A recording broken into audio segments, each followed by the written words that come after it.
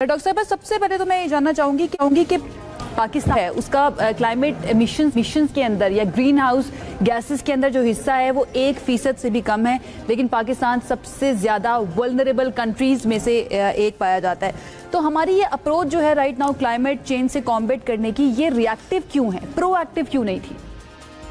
आपने बिल्कुल ठीक कहा कि पाकिस्तान जो है वो जहाँ तक कार्बन एमिशंस का सवाल है तो हम 1% से भी कम कार्बन एमिशंस करते हैं, और ज़्यादातर दुनिया के वो ममालिक जो कि तरक्की पजीर हैं, जिन्होंने बहुत डेवलपमेंट कर ली, बहुत तरक्की कर ली, इंडस्ट्रीज़ लगाई और मुख्तलिफ चीज़ों की वजह से, लेकिन उधर बहुत ज़्यादा एमिशंस हैं, बहुत हाई एमिशंस हैं, जिसकी वजह से कि जो ग्रीन हाउस इफ़ेक्ट कहते हैं हमें दुनिया में, जिसकी वजह से कि राइजिंग टेम्परेचर्स हैं और दुनिया में क्लाइमेट चेंज आ रहा है, वो उन ममालिक की वजह से हुआ है। लेकिन 2025 की जो क्लाइमेट रिस्क इंडेक्स रिपोर्ट आई है उसमें पाकिस्तान पहले नंबर पे है। पाकिस्तान हमेशा पहले पिछले कई सालों से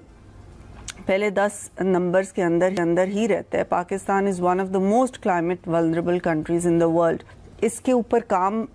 करना हमने शुरू तो कर दिया हुआ है, ये नहीं कि नहीं काम कर रहे। हमने अभी NDMA जो है एक state of the art prime minister साहब ने ये बनाया, जिससे में के अर्ली वार्निंग सिस्टम्स इंस्टॉल किए हैं पूरे मुल्क में। जहाँ भी कोई ऐसी चीज़, कोई फ्लड या कोई भी चीज़ आने का ऐसा कुदरती आफात जो कि क्लाइमेट चेंज से रिलेटेड है, तो वो उनको कहते हैं, उनको बताते हैं, अर्ली वार्निंग सिस्टम इंस्टॉलेशंस देते हैं, वेदर फोरकास्ट्स हैं जिनको SMS के ज़रिए ज़्यादातर लोगों तक पहुँचाने की कोशिश की जाती है, मुख्तलिफ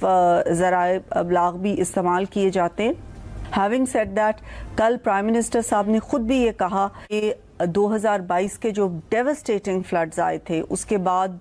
भी अभी शायद हम उतना स्टेप्स नहीं ले सके जितने के हमें लेने चाहिए। लेकिन इसके साथ एक और बात का भी मैं ज़रूर ये बताना चाहती हूँ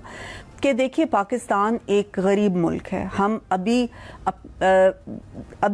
रिसेंटली हमने डिफ़ॉल्ट के दहाने से पाकिस्तान को बचाया और अपनी मईशत को सही सिमत की तरफ लेके जाने की कोशिश कर रहे हैं। इस वक्त में ये कहना कि पाकिस्तान के पास शायद बहुत ज़्यादा वसाइल नहीं है, ये गलत नहीं होगा। हमारे पास उतने वसाइल नहीं जितने के क्लाइमेट चेंज के इन इफ़ेक्ट्स को मिटिगेशन के लिए, अडेप्टेशन के लिए, रेजिलियंस के लिए चाहिए। हमने ये बात दुनिया के हर मुल्क में भी जाके उठाई, जहाँ जहाँ कोई इंटरनेशनल फोरम्स होते हैं वहाँ भी हमने कहा, और ख़ुद वर्ल्ड बैंक जैसे और मुख्तलिफ जो इस तरह के लोग हैं उन्होंने बताया कि पाकिस्तान को